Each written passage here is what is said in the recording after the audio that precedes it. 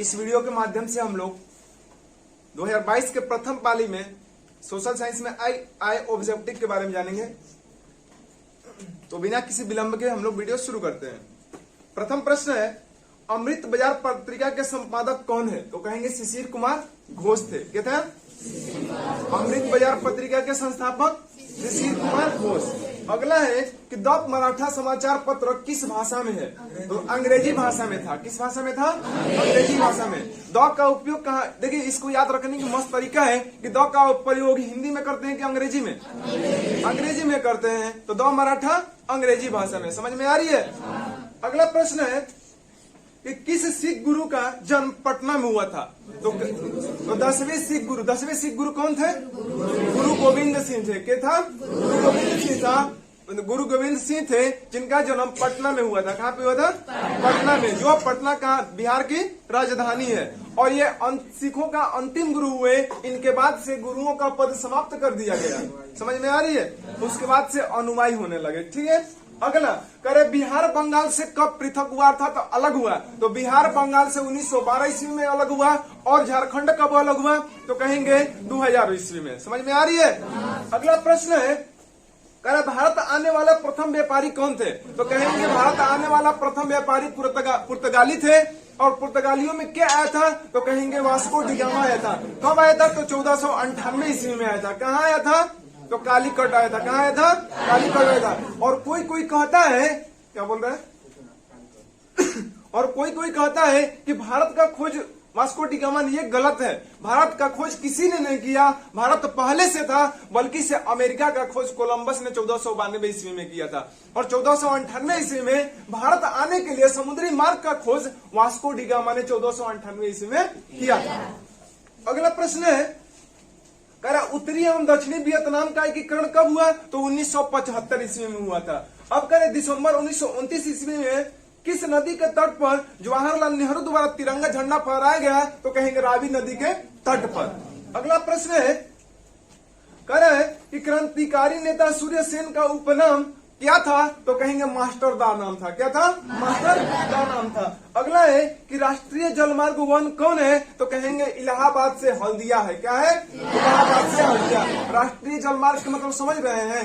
ये national highway का मतलब होता है, जो 4 लाइन का कुदरा वाला ना, ये नेशनल हाईवे है, यानी कि रोडवेज है। ठीक। और राष्ट्रीय जलमार्ग यानी कि जल से जो, यानी कि जो स्टीमर वगैरह, यानी कि नदी के माध्यम से या समुद्र के माध्यम से, ये सब क्या है? जलमार्ग है। तो राष्ट्रीय जलमार्ग यानी कि राष्ट्रीय जलमार्ग 1, राष्ट्रीय जलमार्ग 1 कौन है? तो इलाहाबाद से क्या है? हल्दिया है। अगला प्रश्न कर रहे हैं, निम्न में उपभोक्ता उद्योग क्या है? तो कहेंगे चीनी उद्योग, यानी इसमें दिया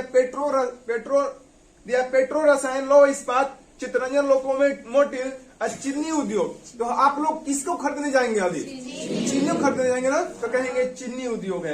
अगला कर है कि गिर राष्ट्रीय उद्यान कहाँ है? तो कहेंगे गुजरात में है। कहाँ पे है? गुजरात में है। और कैमूर राष्ट्रीय उद्यान कहाँ है? तो कहेंगे अपने बिहार में है। कहाँ पे है? बिहार में है। अगला प्रश्न कर रहा है कि निम्न में कौन खरीफ फसल है? तो कहेंगे निम्न में कौन? ऑप्शन दिया गेहूं, चना, मटर, कपास। तो कपास जो है ना, कपास जो है खरीफ फसल है। कपास क्या है? खरीफ फसल है। धान भी खरीफ फसल है। क्या है? धान खरीफ फसल है। ईख भी खरीफ फसल है। समझ में आ रही है? नहीं आ रही है? अब कह रहा है कि खरीफ फसल। अब रबी फसल भी जानना चाहिएगा। तो रबी फसल के अंतर्गत आता है गेहूं, सरसों, दलहन, तिलहन। तिलहन के अंतर्गत क्या आएगा? सरसों आ जाएगा। और अलसी देखे, जिसका तीसी बोलते हैं, या मसूर आ गया। दलहन के अंतर्गत चना, मटर, मसूर इत्यादि सब आ जाएंगे। समझ में आ रही है?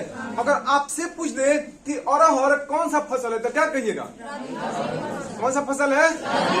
गलत बात है। इस समय अरहर बोया जाता है नहीं ना, खरीफ फसल है। कौन सी फसल है? खरीफ फसल है। उसके बाद एक होता है गर्मा फसल। कौन फसल होता है?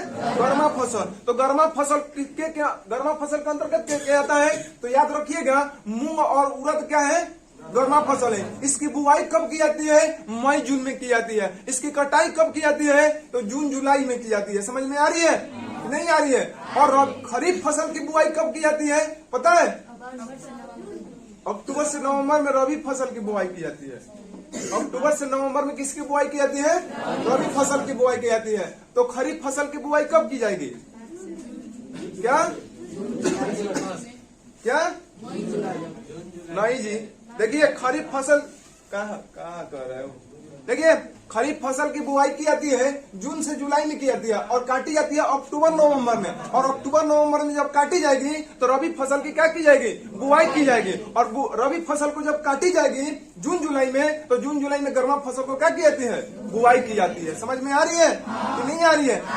और जैसे ही गर्मा फसल की कटाई की जाएगी वैसे ही खरीफ फसल की। अब कोई दिक्कत? अगला प्रश्न कह रहे हैं कि प्रथम राष्ट्रीय सम्मेलन, कह रहे कि प्रथम पृथ्वी राष्ट्रीय सम्मेलन क्या हुआ था, रियो डी जेनेरियो, याद रखिएगा। कह रहे कि बांध को आधुनिक भारत का मंदिर किसने कहा था, तो कहेंगे पंडित जवाहरलाल नेहरू ने कहे थे। अगला कह रहे कि मरुस्थलीय मृदा कहाँ पाई जाती है, जरा कल्पना कीजिए कि मरुस्थलीय मृदा कहाँ पाई जाएगी, जहाँ मरुस्थल हो, जहाँ मरुस्थल हो, तो कहेंगे भारत में मरुस्थल कहाँ है, सबसे बड़ा मरुस्थल कहाँ है, राजस्थान, तो कहेंगे राजस्थान में पाई जाएगी। अब कह रहे हैं कि भारत का सबसे छोटा रेलवे क्षेत्र कौन है, तो कहेंगे उत्तर पूर्वी रेलवे क्षेत्र जो है भारत का सबसे छोटा रेलवे क्षेत्र है। अगला कह रहे हैं कि निम्न में कौन लोकतंत्र का प्राण है, यानी कि राजनीतिक दल जो होता है लोकतंत्र का क्या होता है, प्राण होता है। अगर भैया राजनीतिक दल चौपट हो जाए तो हमारा लोकतंत्र क्या हो जाएगा, संकट में आ जाएगा। समझ में आ रही है? अब अगला कह रहा है कि किसने कहा लोकतंत्र जनता का जनता के लिए तथा जनता के द्वारा शासन है, तो अब्राहम लिंकन ने कहा था। किसने कहा था?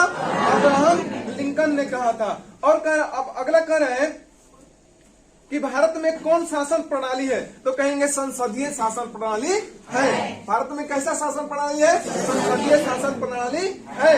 अब कह रहे हैं लोकतंत्र में सफलता की चुनौती है, यानी कि अफसरशाही भी कहेंगे, अशिक्षा भी कहेंगे और जातिवाद भी कहेंगे। समझ में आ रही है? अब कह रहे हैं कि भारत में राष्ट्रीय आपातकाल की घोषणा कब हुई थी, तो याद रखिएगा कि भारत में राष्ट्रीय आपातकाल की घोषणा 3 बार हुई थी। एक बार हुई थी 1962 ईस्वी में, एक बार 1971 ईस्वी में, और तीसरा हुई थी 1975 ईस्वी में। अगर तीनों में से कोई एक दिख जाए आपके एग्जाम में, कोई जरूरी नहीं कि 1961 1962 दे, 1971 दे, 1975 दे, अलग अलग 3 डेट दे देगा, इन तीनों में से कोई एक दे देगा, उस पर आपको टिक लगाना है। तो कब कब हुई थी, 1962, 1971 और 1975 ईस्वी में। समझ में आ रही है? अगला कह रहे हैं कि सुनामी से प्रभावित क्षेत्रों में मकानों का निर्माण कहाँ करानी चाहिए, तो जरा कल्पना कीजिए, सागर से दूर कीजिएगा कि सागर के पास कीजिएगा। अगर सागर के यानी महासागर के पास कीजिएगा, सुनामी आएगा, बाहुल्य लेकर घर में सहित आपको कहाँ लेके चला जाएगा, सागर में लेके चला जाएगा, कहानी खत्म हो जाएगी। यानी कि वैसे क्षेत्रों में हम लोग को कहाँ घर बनाना चाहिए, सागर से दूर बनाना चाहिए। अगला प्रश्न है विकसित देशों की आय में वृद्धि के लिए किस पद का उपयोग किया जाता है, तो कहेंगे आर्थिक विकास का प्रयोग किया जाता है। करे निम्न में कौन प्लास्टिक मुद्रा है, करे कि चेक कभी लिए होंगे, कोई दिया होगा आपको, कागज का होता है चेक, सिग्नेचर मार देता है और उस पर रुपया भर दिया जाता है, बात सही है। फिर कह रहे कि बैंक ड्राफ्ट भी क्या होता है, कागजी मुद्राएं होते हैं। करेंसी नोट कागज का होता है। अब देखिए तो प्लास्टिक मुद्रा के है, जैसे एटीएम का नाम सुने हैं, डेबिट कार्ड का नाम सुने हैं, नहीं सुने हैं, क्रेडिट कार्ड का नाम सुने हैं, ये सब क्या है, प्लास्टिक मुद्रा है। क्या है, प्लास्टिक मुद्रा है। प्लास्टिक मुद्रा में ये फायदा होती है कि अगर आपका कहीं गिरियो लेके जा रहे हैं, कहीं गिरियो गया ना, जब तक कोई पासवर्ड नहीं जान रहा है तब तक आपका कोई बाल बाग का 1 रुपया नहीं निकाल सकता है, समझ गए। तब तक आप अपना बैंक से जाकर के कांटेक्ट करके अपना सब बदलवा सकते हैं, उसे ब्लॉक करवा सकते हैं, कोई दिक्कत नहीं होगी। और करेंसी यानी कागजी मुद्रा में ये दिक्कत है कि कोई जाकर के आपका ले लेगा। अगर मान लीजिए 50,000 रुपए लेके जा रहे हैं, गिर गया, कोई ले लेगा, तो अब आप कुछ कर सकते हैं, कुछ नहीं कर सकते हैं। लेकिन प्लास्टिक मुद्रा जब रहेगा तो आप अपने आप को सुरक्षित कर सकते हैं, कोई दिक्कत नहीं होगी। अगला प्रश्न कर रहे हैं कि भारत के सकल घरेलू उत्पाद में किस क्षेत्र का योगदान सर्वाधिक है, तो कहेंगे सेवा क्षेत्र का। किसका कहेंगे, सेवा क्षेत्र का। अब कह रहे हैं कि छिपी बेरोजगारी किसमें पाई जाती है, कहेंगे कृषि क्षेत्र में पाई जाती है। किसमें पाई जाती है, कृषि क्षेत्र में पाई जाती है। रूस की मुद्रा क्या है, तो कहेंगे रूस की मुद्रा रूबल है, और भारत की मुद्रा रुपया है, पाकिस्तान की मुद्रा रुपया है, और ये बगलिया में ये क्या है, अरे बांग्लादेश की राजधानी ढाका और मुद्रा है टाका। नहीं समझे हो, अरे समझ में आ रही है, नहीं आ रही है। नेपाल का भी रुपया है, क्या है, रुपया है। नेपाल का क्या है, रुपया है। और चीन का क्या है, वो युआन है, क्या है, युआन है। आगे फिर कह रहे हैं कि शाख का आधार क्या है, यानी शाख के मतलब समझ लीजिए शाखा या नेटवर्क समझ लीजिए। तो नेटवर्क वाली जितनी भी कार्य होती है ना, एक विश्वास पर होती है। तो शाख का आधार क्या है? विश्वास है। समझ में आ रही है कि नहीं आ रही है? कह रहे कि वस्तुओं और सेवाओं को अपने उपयोग के लिए कौन खरीदता है? अरे उपभोक्ता खरीदेगा भाई, और कौन खरीदेगा? समझ में, अपने उपयोग के लिए कोई उपभोक्ता न खरीदेगा। अगला कह रहे हैं कि वायु परिवहन का राष्ट्रीयकरण कब किया गया? तो कहेंगे 1993 ईस्वी में की, अरे 1953 ईस्वी में किया गया था। कब किया गया था? 1953 ईस्वी में किया था। अब कह रहे हैं कि विश्व का प्राचीनतम परिवहन साधन क्या है?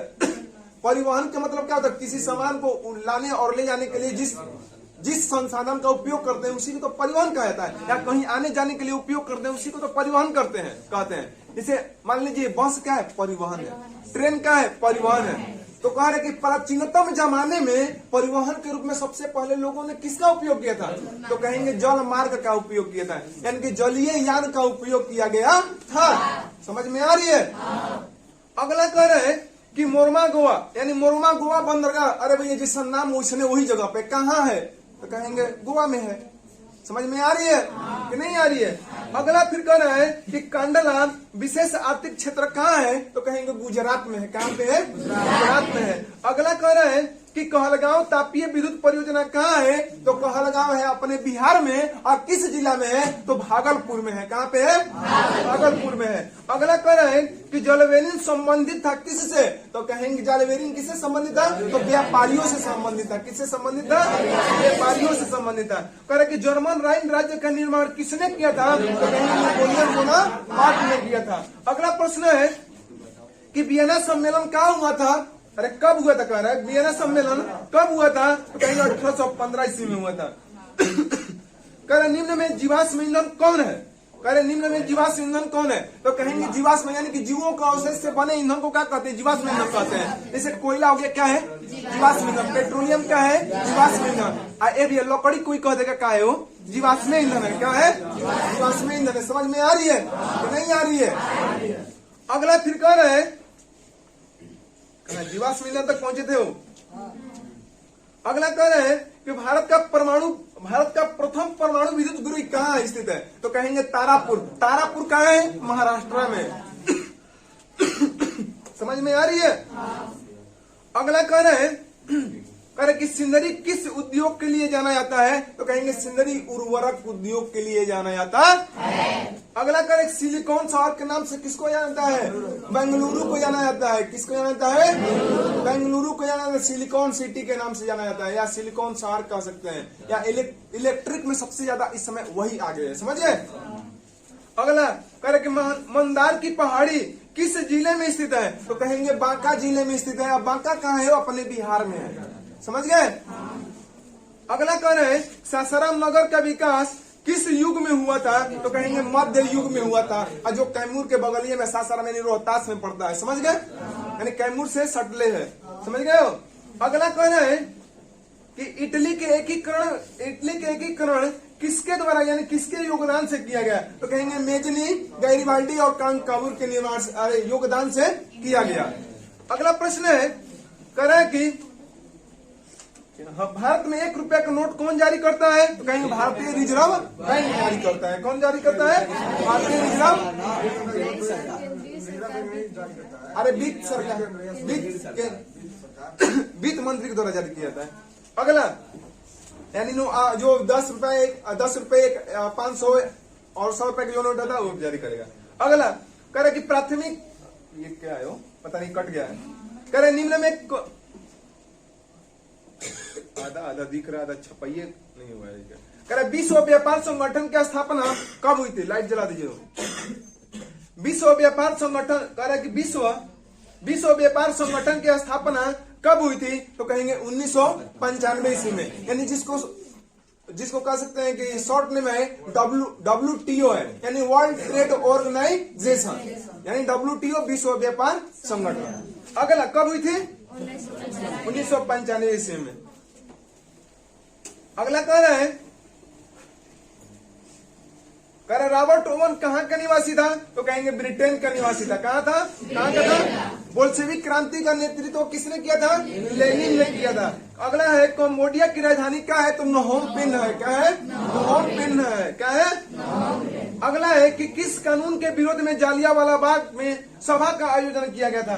कहेंगे रॉलेट एक्ट। रॉलेट एक्ट के विरोध में जालियांवाला बाग में एक सभा का आयोजन किया गया था। कहेंगे इस कानून के द्वारा भारतीय लोगों पर अत्याचार किया जा रहा था, क्योंकि इस कानून के तहत शक के आधार पर भारतीय लोगों को जेल के सलाखों में डाल दिया जाता था, जिसके न तो कोई दलील और न कोई अपील, किसी प्रकार की सुनवाई नहीं की जाती थी। और इसी कानून के तहत भारत के दो महत्वपूर्ण नेता डॉक्टर सत्यपाल और सैफुद्दीन किचलू को नजरबंद करके यानी कि जेल के सलाखों में डाल दिया गया। और इसी विरोध में भारतीय नेताओं और भारतीय लोगों द्वारा जालियांवाला बाग में एक सभा का आयोजन किया गया था, जो शांतिपूर्ण ढंग से चल रही थी। और इसी सभा पर जनरल ओडायर द्वारा अंधाधुंध गोलियां चलाई थी। ये सभा 13 अप्रैल 1919 ईस्वी को हुई थी। और ये घटना इसी घटना को जालियांवाला बाग हत्याकांड के नाम से जाना जाता है। और जालियांवाला बाग पंजाब के अमृतसर शहर में स्थित है। अगला कहां तक पहुंचे थे वो? रॉलेट एक्ट था ना। अगला किसके अनुरोध पर महात्मा गांधी चंपारण आए थे? तो कहेंगे राजकुमार शुक्ल के अनुरोध पर महात्मा गांधी चंपारण आए थे। क्योंकि ये राजकुमार शुक्ल को बुलाने का ये कारण था, क्यों आए थे? तो ये भी जान जाइए कि भारत और बिहार में जो अपने बिहार में था ना, अंग्रेजों द्वारा 3 कटिया व्यवस्था चलाया जाता था। 3 कटिया व्यवस्था का मतलब ये है कि आपके पास 20 कट्ठा खेत है तो 3 कट्ठा नील की खेती करनी पड़ती थी। और 3 कट्ठा नील की खेती करते थे तो 3 कट्ठा वो कटवा करके अंग्रेज लेकर चला जाते थे। और दूसरी बात ये थी कि जिस खेत में नील की खेती की जाती थी, जिस भूमि पर, वो भूमि बंजर हो जाती थी। और अंग्रेजों के जुर्मों की वजह से और नहीं करने पर अंग्रेज द्वारा भारतीय किसानों को यानी कि बिहार के किसानों को, चंपारण के किसानों को सताया जा रहा था। और इसी के विरोध में राजकुमार शुक्ल ने महात्मा गांधी को बिहार बुलाए थे। समझ गए? और इस व्यवस्था को क्या किया? महात्मा गांधी द्वारा विरोध किया गया। और इसी व्यवस्था को 3 कटिया व्यवस्था के नाम से जाना जाता है। अगला है कि भारत में जूट मिल सबसे पहले कहां खोली गई थी? तो कोलकाता में खोली गई थी। समझ में आ रही है? करे सूखा का कारण क्या है? अब बताइए सूखा का कारण क्या? जल रहेगा तो सूखा का कारण पड़ेगा नहीं, यानी कि जल के अभाव के कारण सूखा पड़ता है। कह रहे संचार का सबसे लोकप्रिय साधन रेडियो। कह रहे बाढ़ का मुख्य कारण क्या है? तो अब याद रखिएगा, जब जल अधिक हो जाएगा बाढ़ आ जाएगा, वर्षा अधिक हो जाएगा बाढ़ आ जाएगा। अब और नदी का जो तलवा है यानी कि तलवा में और नदी के जो तल में मलबा का जमा हो जाएगा, यानी कि जो अधिक से अधिक मिट्टी हो जाएगी तो जो नदी का पानी आएगा तो नदी के बाहर जाएगा, जो बाढ़ का रूप लेगा, यानी बाढ़ का कारण बनेगा। यानी जल का अत्यधिक होना या वर्षा का अत्यधिक होना या जल या नदी के तल में मलबा का जमा होना। अगला कह रहे हैं सीमेंट उद्योग का कच्चा माल क्या है? तो कहेंगे चूना पत्थर है। क्या है? चूना पत्थर है। अगला कह रहे हैं भारत में कितने सार्वजनिक क्षेत्र तेल परिष्करण केंद्र कार्य कर रहे हैं? तो 18 कर रहे हैं। कितने कर रहे हैं? हीराकुंड परियोजना महानदी पर स्थित है। करे दक्षिणी अफ्रीका के प्रथम असोवियत राष्ट्रपति कौन थे? तो नेल्सन मंडेला थे। कौन था? नेल्सन मंडेला थे। अगला करे श्रीलंका कब आजाद हुआ? तो 1948 ईस्वी में आजाद हुआ। भारत कब आजाद हुआ? 1947 ईस्वी में आजाद हुआ। हिरोशिमा पर अमेरिका द्वारा बम कब गिराया गया? 1945 ईस्वी में। एक 6 अगस्त 1945 ईस्वी को और दूसरा गिराया गया 9 अगस्त 1945 ईस्वी को। जो पहला बम गिराया गया उसके नाम था लिटिल बॉय, दूसरा का लिटिल फैट मैन नाम था। समझ में आ रही है? अगला है कह रहा है कि समता पार्टी का विलय किस राजनीतिक दल में हुआ था? तो कहेंगे जनता दल यूनाइटेड में हुआ था। किसमें हुआ था? जनता दल यूनाइटेड में। अगला कह रहे निम्न में से कौन नगर निगम के आय के स्रोत नहीं है? तो कहेंगे कि आयकर जो है केंद्र सरकार का है, ये नगर निगम का नहीं है। अगला कह रहे निम्न में से कौन पंचायत की व्यवस्थापिका सभा है? तो कहेंगे ग्राम कचौरी है। इसमें ग्राम सभा दिया है, ग्राम रक्षा दल दिया है, इनमें से कोई नहीं, ग्राम कचौरी यानी ग्राम कचौरी होगा। राज्यपाल की नियुक्ति कौन करता है? कहेंगे राष्ट्रपति करता है। यानी कि भारत जैसे किसी देश का जिस प्रकार से राष्ट्रपति होता है ना, राष्ट्रपति पद होता है, उसी प्रकार से किसी राज्य का राज्यपाल होता है, तो राज्यपाल का नियुक्ति कौन करता है? राष्ट्रपति करता है। अगला कह रहे हैं कि स्थानीय स्वशासन राज्य के नीति निर्देशक सिद्धांतों को किस अनुच्छेद में रखा गया है? तो कहीं अनुच्छेद 40 में रखा गया है। किस अनुच्छेद में रखा गया है? अनुच्छेद 40 में रखा गया है। करे कि दीवान ग्राम कचहरी में मुकदमे सुलझाए जाते हैं, तो दीवानी मामले के मुकदमे सुलझाए जाते हैं। इस वीडियो को हम लोग यहीं पे समाप्त करते हैं। कृपया वीडियो अच्छी लगे तो लाइक और सब्सक्राइब जरूर कीजिए।